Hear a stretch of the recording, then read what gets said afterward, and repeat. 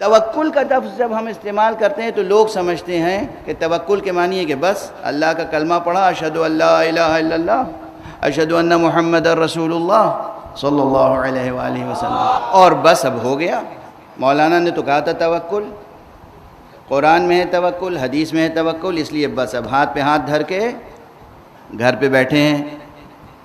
فقر و فاقہ ہے، جہالت ہے، تنگی ہے، تاریکی ہے، کہ بھئی آپ نکلتے کیوں نہیں، کام کیوں نہیں کرتے، علم کیوں نہیں حاصل کرتے، کوشش کیوں نہیں کرتے؟ میں تو توکل اختیار کیے ہوئے ہوں۔ یہ کانسیپٹ صحیح نہیں ہے، ایبسولوٹلی رانگ۔ اس تصور کو آپ کہہ سکتے ہیں ایبسولوٹلی ناٹ، ایبسولوٹلی رانگ، بالکل نہیں۔ توکل کے یہ معنی نہیں ہے۔ توکل کے معنی ہے کہ اللہ سبحانہ و تعالی نے جتنی صلاحیتیں دی ہیں وہ سب صلاحیتیں استعمال کر کے بھروسہ اس پر کریں۔ اور اس کی عام مثال، وہ مثال کسانوں پر پوری دنیا میں ظلم ہوتا ہے، ہمیشہ ہوا ہے۔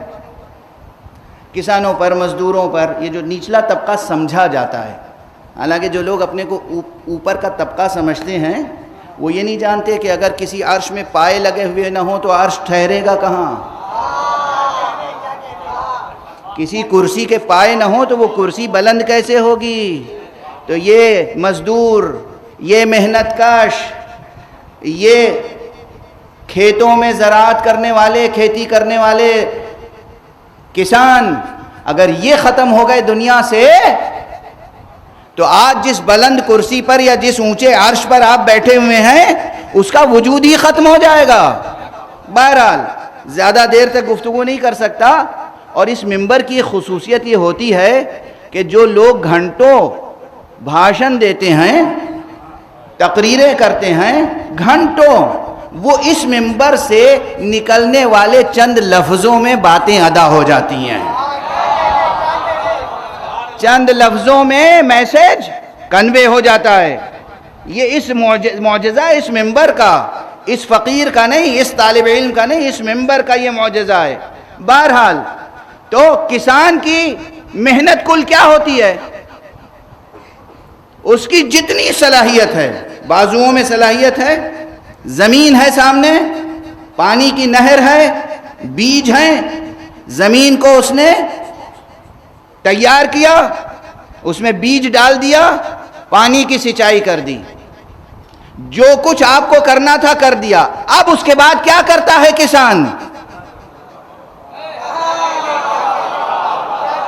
چاہے جانتا ہو لفظ توکل یا نہ جانتا ہو، اب وہ توکل کر رہا ہے۔ زمین پہ ہل چلایا، جوتی، بوئی زمین، دانے چھیٹ دیے، سینچائی کر دی، اب اس کے بعد اس کے اختیار میں کیا ہے؟ کچھ نہیں۔ اب انتظار کرو، اس کی مرضی ہوگی تو کھیت لہلہائے گا،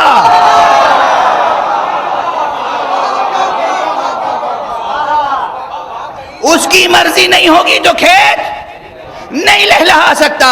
جس طرح زراعت میں، کھیتی میں یہ مسئلہ ہے، اسی طرح زندگی کے ہر شعبے میں یہ مسئلہ ہے۔ تعلیم ہو، بزنس ہو، نوکری ہو، زندگی کا کوئی بھی شعبہ ہو، اللہ سبحانہ و تعالی نے جو بھی صلاحیت دی ہے وہ صلاحیت پوری کی پوری استعمال کرو، استعمال کرنے کے بعد اس پر بھروسہ کرو، اور اس نے وعدہ کیا ہے کہ ہم کسی کی کوشش کو رائے گاں نہیں کرتے۔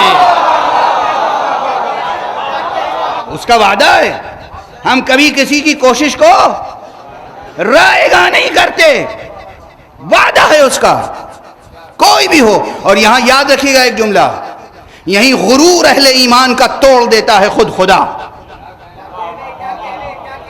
دیکھو تو ہمارا خدا کیسا عادل ہے، کیسا انصاف والا ہے، کیسا منصف ہے۔ رب ہے نا، رب سب کا رب، خالی مسلمانوں کا تھوڑی ہے، کسی ایک سیکٹ کا تھوڑی ہے، کسی ایک نسل کا تھوڑی ہے، وہ تو اس پوری کائنات، پورے سنسار کا پالن ہار ہے نا۔ تو یہ نہیں کرتا کہ صاحب مسلمان اور مومن کوشش کرے گا تو اس کی کوشش برابر ہوگی، کوئی غیر مسلم کوشش کرے گا تو اس کی کوشش برابر نہیں ہوگی۔ نہیں، جو بھی کوشش کرے گا اللہ کسی کی کوشش برباد نہیں کرتا. یہ درس توحید لے کے جاؤ در حسین سے. مگر یہ کہ اس کی مرضی اور مشیت میں آ چکا ہو کوئی شخص گناہ کرتے کرتے، سرکشی کرتے کرتے، ظلم کرتے کرتے اتنا آگے بڑھ چکا ہو کہ خدا کی پھر مصلحت ہو کہ جنت شداد کو برباد کرے، وہ ایک الگ مسئلہ ہے. بات سے بات نکلتی چلی جا رہی ہے، گفتگو آگے بڑھتی چلی جا رہی ہے.